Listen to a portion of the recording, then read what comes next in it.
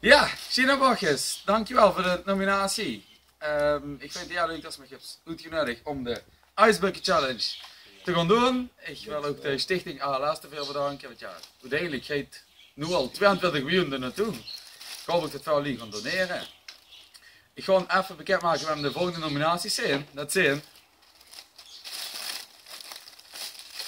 Het zijn Tim van Aert, Jasper Kuipers en de flauwe knul Johan de Ree. Om te laten zien dat ik echt ijswater heb.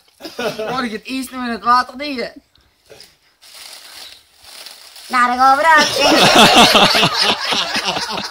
Het ijs gaat in het water. Ja, dat was lekker. Dan gaan we dan. Oh, oh.